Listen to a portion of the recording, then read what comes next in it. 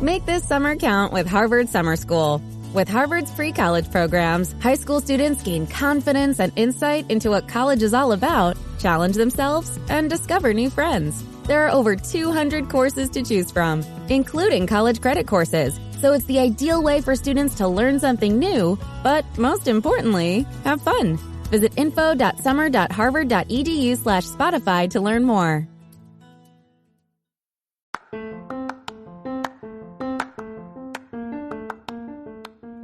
Was Cleveland, not Williamsport, Pennsylvania, the true home of Little League? This is the argument presented in the book Mrs. Morhard and the Boys.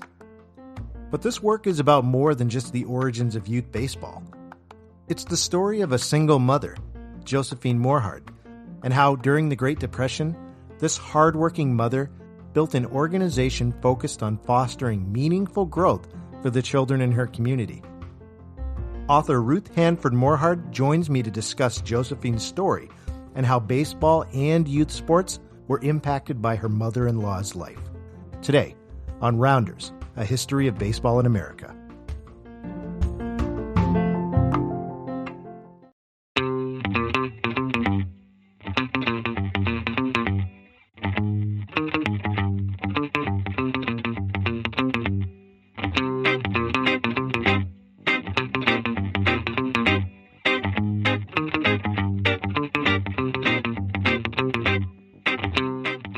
Hello, everybody, and welcome to another episode of Rounders, a history of baseball in America. I am, as always, your host, Jeff Lambert. So I'm really excited to get into the interview that I conducted about a week and a half ago at this point with author Ruth Hanford Morhard.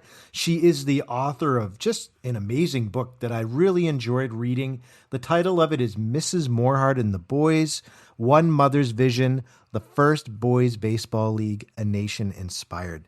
It was excellent to sit down with Ruth and just discuss her experience in writing the book and a little bit about her mother-in-law and the legacy that she left. And I think you're going to love it too. So I would really encourage you. The interview is going to give you some insight into how the book was compiled, a little bit more about Josephine, the subject's life in depth. And when you get finished with it, please take a moment. I'm going to put the links right in the show notes and you can go to your bookseller of choice. I'm going to put 3 different ones, Amazon, Barnes & Noble, a couple other ones that I can find. So you can just click and automatically buy the book. I would highly recommend it. And I really hope you enjoy this episode.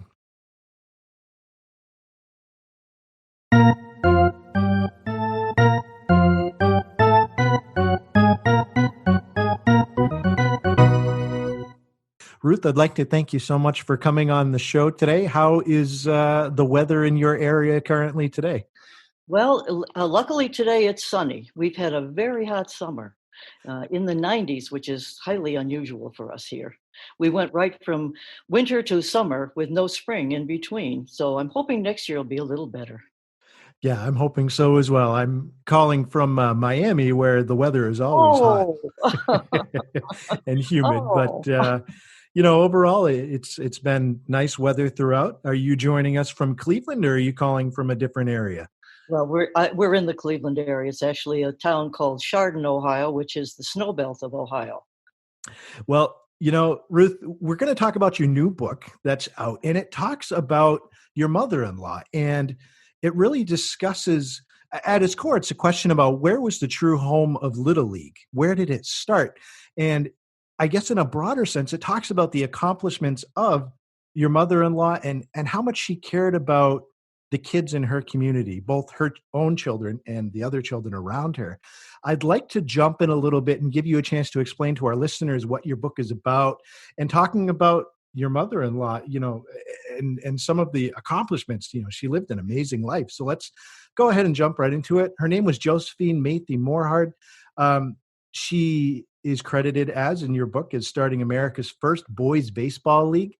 Can you talk a little bit about the events in her life that got her involved in wanting to start a youth sports program? Well, Josephine Morhard had a very difficult life. She was one of 17 children. She grew up on a farm in around Youngstown, Ohio. She left home. She got very tired of the hard work on the farm. She was probably the child that did the most work on the farm. And she felt that she could go out on her own and make money like her father was, be an entrepreneur, but she didn't realize what the hazards of doing that were. She left home at age 12. Wow. Went out on her own. You can imagine the obstacles that she faced. The only work she could find was caring for children or doing housework. So she did that for a number of years. She actually at one point went to live with another family. It was a very, very difficult life. Many times all she had to eat were peanuts and ginger snaps all day long. Her family, she continued to be close to her family, but she never wanted to go back to the farm.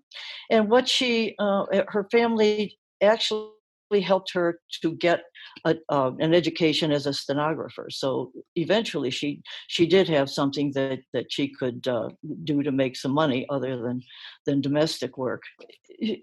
Probably in desperation. She ended up marrying two men who probably weren't the best choices. They both turned out to be alcoholics and abusive. Mm-hmm. They gave her two children, a daughter and a son.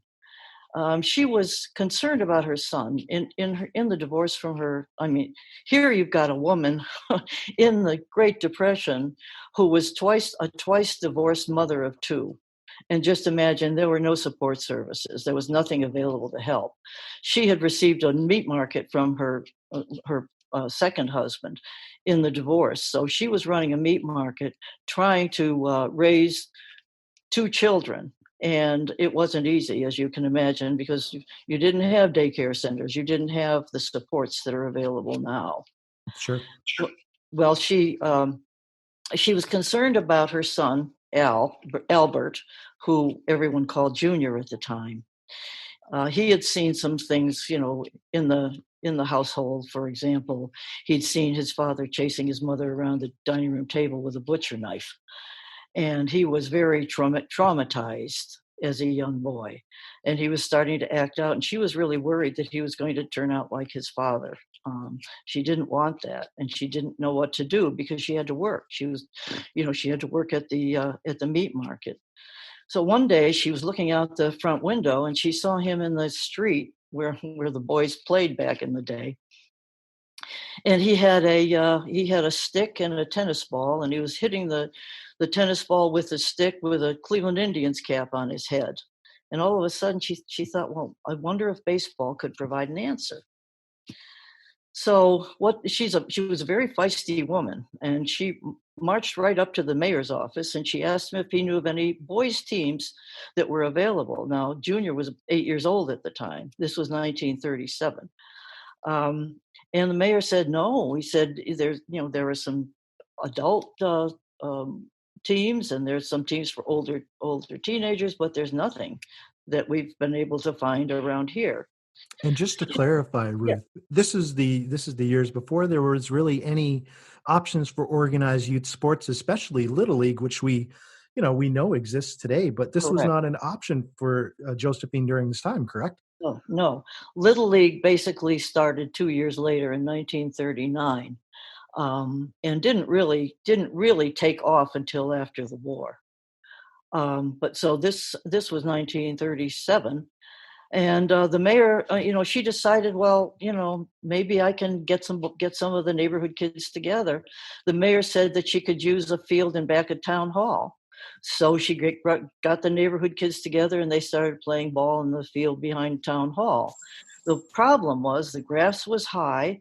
The ball, it was the terrain wasn't ideal. The balls would roll into the street and there was no room for an outfield. So one day she and Junior were going to get something to eat and there was a restaurant called Lenny's Chicken in the Basket they were up there and she sees this huge field right in back of Lenny's Chicken in the Basket. And at the corner of a busy intersection there was a developer was building a small shopping center. Mm-hmm. This was a very rural area at the time. So she, in her inimitable way, she marches up to the developer's office and she said, we really would like to use this field for a baseball field for the boys. So I guess she must have charmed him because he said, okay. Wow. And So she got the boys together, and they got their shovels, and they're trying to create a baseball field. Well, it was too much for them. So she goes back to the mayor's office, and she says to the mayor, she says, it would be a great thing for the kids here in University Heights, Ohio, if they had a baseball team. And I found this field. The developer, by the way, his name was Anthony Visconti, and he ended up, or his son and future generations ended up being partners with Dick Jacobs, who owned the Indians at one time. But Sure. that's an aside. Yeah. So he got the city trucks and the city employees, and they went to the field and they created an infield. They leveled the field. They created an infield. They cut the grass, and there was plenty of room for an outfield there. So she had her field. So that's how she started. Well, the next thing, the boys, of course, they wanted to be called the Little Indians after their heroes. Sure. And so with that, she decided they needed uniforms. Well, heaven forbid she should have regular, the kids out there playing in their shorts and shirts. She went down to the local sporting goods store, and the man there happened to be a rep for Wilson's Sporting Goods, but he was also the head scout for the Cleveland Indians. Oh my goodness. She keeps running into the right people at the right time here. Well, but she also was very persistent. And his name was Laddie Plasek. And she said, I would like these kids, they want to be called the Little Indians, and I'd like these kids to have authentic Indian uniforms. And he was a bit, astounded with this lady asking him all of these questions. But he managed to get the boys authentic Indians uniforms at cost. Wow. And the only difference was that the Indian that was on the sleeves of the players, the boys' arms were too small, so she had to put it on the back. So that was the beginning. And they had this field, and she'd hold fundraisers. She got a backstop. She got stands. I mean, she was going to make this as close to the major leagues as she could. I mean, nothing was good enough unless it met her standards. So so they're trying to find boys for the Little Indians to play, and there's a couple of ragtag teams. There was a team called the Hilltoppers, and there was a Catholic youth organization team. And most of the boys are just wearing shorts and shirts, and they see these Little Indians in their beautiful uniforms. Well, they wanted beautiful uniforms too, so that led to the little White Sox, the little Yankees, all of a lot of the American League teams. And the more people saw the boys playing, the more kids wanted to be involved. So it just grew and grew. She finally had a junior American League, and she had as time went on and more kids wanted to join, she had a junior National League. Wow. Well, that of course led her. I mean, she's modeling everything after the major leagues. Now, what's interesting is that players like Bob Feller and Roy Weatherly and Jeff Heath used to come by. They'd help her with fundraisers. They'd play catch with the kids out in the backyard, and they helped to teach the kids how to play the game. And Laddie Plasek, the head scout, used to have clinics teaching the kids to hit, pitch, field, and catch. It just goes back to pointing out again, Ruth, that this is a single mother with two young boys trying to make ends meet. That in itself is a full-time job plus some. And then she decides that she wants to take ownership of the welfare of the other boys in her community. She puts together this team. She finds a place for them to play. She gets them uniforms. She's able to fundraise. She's bringing in other teams. This is really a profile in sheer force of will on Josephine's part, I would say. It certainly is. I think, she had been through so much in her own life. She was going to do whatever she had to do to make sure her son and the boys in the neighborhood grew up right. I mean, that was her whole motivation for doing this. I mean, this was the Depression. These kids are all poor. They didn't have any money. They're playing in the street. There's nothing for them to do. And she basically enlisted people throughout the community to help, as well as the Indians, as well as the political people. It was really quite amazing. Sure. She really embodied that it takes a village mentality to take care of the kids Absolutely. during this time. I'd like to talk about these kids a little bit, Ruth. In your research, in your studies, in your conversations, um, how did this youth baseball league make an impact on the boys in the community? What types of benefits and advantages did it produce, both short term and long term? Well, first of all, she wanted these boys to grow up right. As I said, that was her major motivation. And she wanted them to learn discipline, teamwork, good sportsmanship. And she felt that they could not only learn the game of baseball, but they could learn from the game of baseball. One thing she was concerned about was making sure these boys had good role models. And one of the people that she enlisted was a man that some people have heard of. His name was Hal Leibowitz. Mhm. He was the sports editor for the Plain Dealer for many years. He wrote for the Sporting News, and he's also in the writers' wing of the Hall of Fame. She got him to help out. He was an umpire. She paid him $50 a game, but he also served to coach the boys. And and there was no pressure on these boys. I mean, what she wanted to do was balance the discipline with encouragement to nurture these boys, which is really important, especially when boys are really young like that. Sure. As the Um, father of a 4-year-old, I'm 100% with you. so anyway, I mean, she had rules. I mean, she worked with Laddie Plasek to come up with dimensions for the field. She had one rule that was pretty amazing. The boys, before they were allowed on the field, they had to tell her of a good deed they've done the day before. Okay. So you had all these boys running down to the neighborhood grocery store and helping little old ladies with their bags of groceries, and the town didn't know what had happened to these kids. Hey, that's some positive reinforcement there. I like it. That's a great idea by just bringing all the kids together, not only for amusement for themselves, but to help their community too. Absolutely, absolutely. I mean, she used to bring the boys over to her house, and she used to talk to them and give them, she used to make these brownies that were, huge with lots of frosting on the top, which we probably wouldn't do today. Um, but she used to tell them, you can do it. You can do anything you put your mind to. She said, look, she'd say to them, look what I've been through. You can do anything that you want to do. Just look at me as an example. And she just was very, very, very nurturing. But she also knew these kids needed discipline. I mean, when she started, she had kids that were yelling at the umpires. There was one boy who was doing somersaults across the outfield, and, Yeah. and she had a whistle, and she'd blow that whistle, and the boys learned that whistle meant business. I mean, she was going to encourage them to do their best, but she was also going to make sure that they played the game the right way. Now, you mentioned in your book that you had the privilege of sitting down with the surviving members of the boys that played in this league, from an early age on. And of course, I mean, as you mentioned, as time goes on, their numbers are dwindling. But even in their older years, do they recall the impact that this league had on their development, how it set them up for later success? What's some of the feedback that you got from them?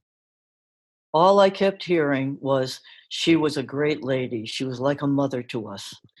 Um, Even before I sat down and talked to some of these boys, we'd go, Al, her son, who was junior then, and I would go to events. People would come up to him and tell him how much his mother meant to them. And they all turned out to be, just wonderful human beings. And very successful professionally. I mean, she wasn't interested in creating major league ball players, although a couple of her players got into the minor leagues, and there's some interesting stories there. Mhm. But that wasn't her focus. I mean, she wanted the boys to grow up and become good people and good citizens, and they did. And 30 years after the first Little Indians team, they had a reunion for her, and they gave her a pin baseball pin, a gold baseball pin. It was just before Mother's Day because they felt like she was their second mother. And they gave her an autographed baseball, and not only were some of the former players there, but Hal Leibowitz was there, Roger Peckinpah, who had been the manager of the Indians at that time, and all of the old umpires. And they just, it was a love fest. They just kept telling her how much she had meant to them. So it had a tremendous impact. One of the things that they asked her at the time was, they said, we'd like to get you recognition for starting these leagues. Everybody talks about Little League, but she said, no, that's not important. She said, what was important to me was to make sure you guys grew up to be what you have grown up to be. And she said, that's not important. What a moving way to be able to not only honor this individual that had such an impact in their lives, but just to see, like you said, not only the discipline, but the compassion that they were taught and how it played out in the long run. And, from everything I've seen, Ruth, Josephine didn't really get I think the credit she deserves in her life, for this accomplishment, not only for being the forerunner of the entire Little League system, but also for just the impact that one person can make on a community and really a city at large. I'd like to talk a little bit about your experience, because you didn't start off, at a younger age with the intent of writing a book about your mother-in-law, Josephine.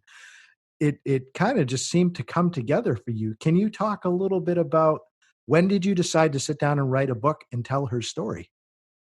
Well, it's kind of an interesting story. I moved to Cleveland for a job, and I met her son, Al, who, as I said, was then junior. I only met her just a few months before she passed away. After she passed away, I was helping the family clean out the house, and in the basement, I saw this huge can of film, and it said, "Bring Up Baseball" on the side. And so I asked Al, what's that about? He says, oh, that's just about my mother. She started the Little League. The Indians made that film about her. And you can imagine what I thought about that. Yeah. I'm thinking to myself, sure, she did. But I was curious. And so we got the film. We rented a 16 millimeter projector and looked at it. And I was absolutely stunned, because here's Pinky Hunter, who was one of the Indians' announcers at the time, narrating the film. There she is with the boys, initially in the backyard with a bunch of boys trying to play the game, and later on the field, and showing the boys playing the games, and the stands, the parents in the stands, the mothers with hats and dresses, and the fathers with suit coats, which you'd never see today. Mm-hmm. I was totally stunned by it. And so I put it in the back of my mind, because I had work and I had kids, and you know how that goes. Mm-hmm. There's not a lot of time to think about writing something. I always thought I might write an article about it, because I didn't know if there would be enough information for a book. And it was only about maybe 6 years ago that I really felt like I had the time to sit down and delve into it. And when I did, I found the story was much more than just about baseball. It's about this incredible woman who had such hardship in her life, but turned it around to do something wonderful for the kids in the community. So it took me about 5 years to get it all together. But it was a story I felt needed to be told. Now, in your preparation for the book, you obviously had a lot of information that Josephine left behind after she passed away. Did your research take you to different places across the country or the world? You said you interviewed some of the boys that were a part of the community. What was the experience creating this book for you? Well, it was very interesting. I mean, it's a lot easier to do a book on someone who's quite well known. You have to do a lot more digging when it's someone like this. But what I found was the more I uncovered, the more interesting the story got. Some of the former boys in her leagues had some very interesting stories to tell. I mean, one was an orphan whose mother was murdered, and his father couldn't take care of him, and it was like her league was a lifeline to him.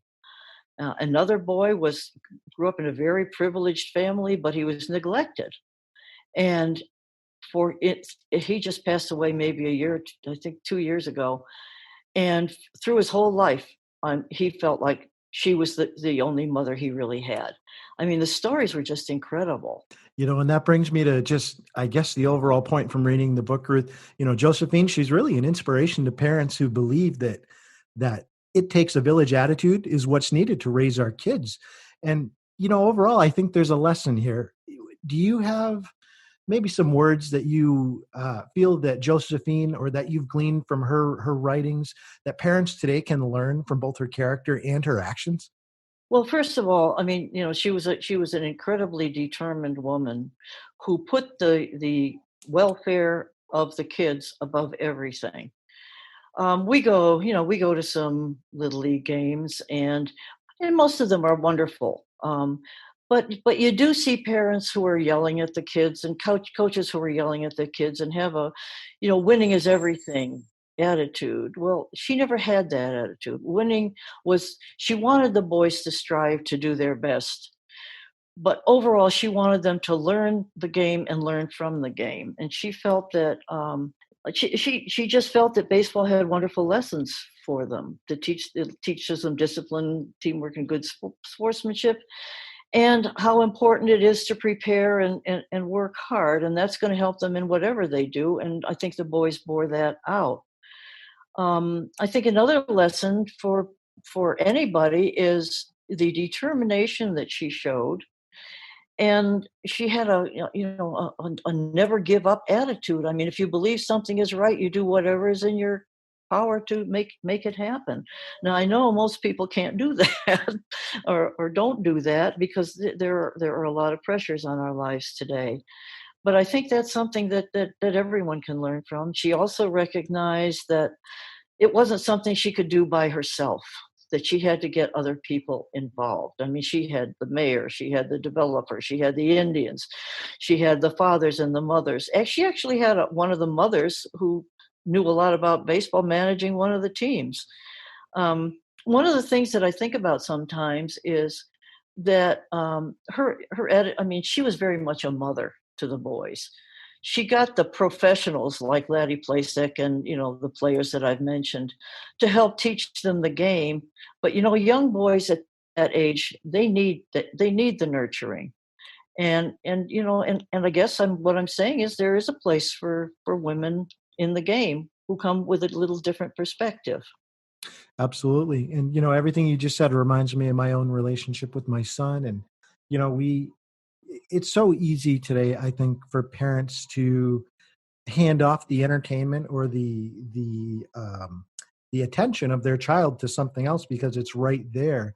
And here you have Josephine, in an age where that was certainly not a given, where you could just expect your child to sit next to you and be on an iPad or something of that nature. She knew that there were lessons to be learned and ways to be able to get the community together, these boys to be able to teach them lessons. And like you said, it wasn't all about just becoming a Major League Baseball player. It was life lessons.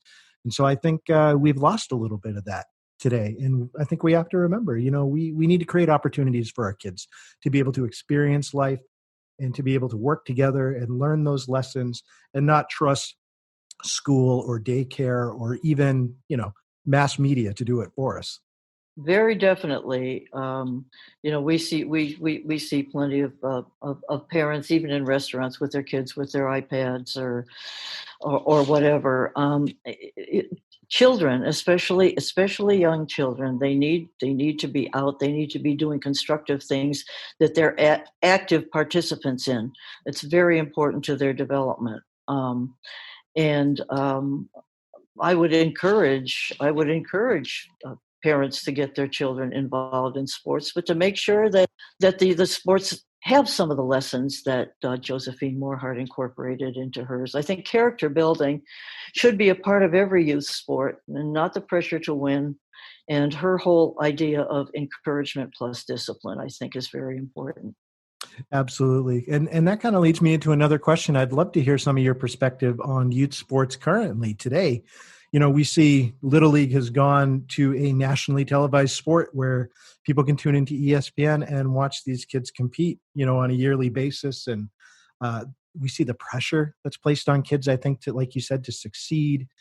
We see kids as young as 15 or 16 years old being recruited into, sometimes even younger, baseball academies or other sports academies, contracts, being signed with schools, recruiters, hounding parents, and I'm curious, both with your own perspective and, and thinking about what Josephine would have to say.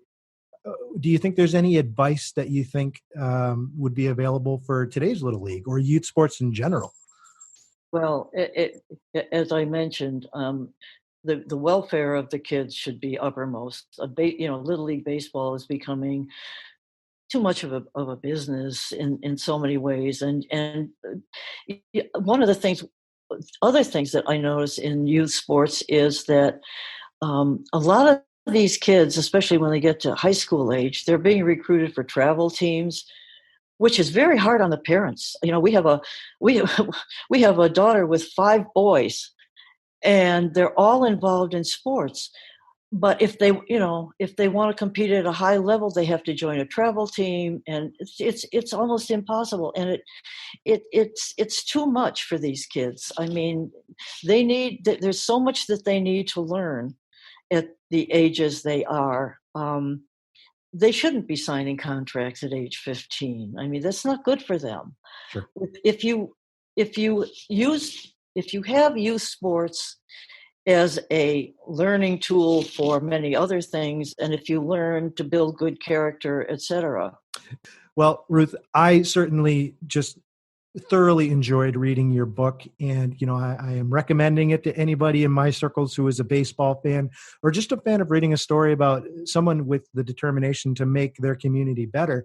Could you share a little bit about how some of our listeners could pick up a copy of your book? Where can they go to be able to buy this book, Mrs. Morhard and the Boys? Well, it's available at pretty much anywhere. Of course, we have the pandemic, so a lot of bookstores aren't open, but they have curbside. You can find it at your independent bookstore. It's online. It's at bookshop.org, which supports independent bookstores. It's available at Barnes and Noble, Amazon.com, and pretty much anywhere.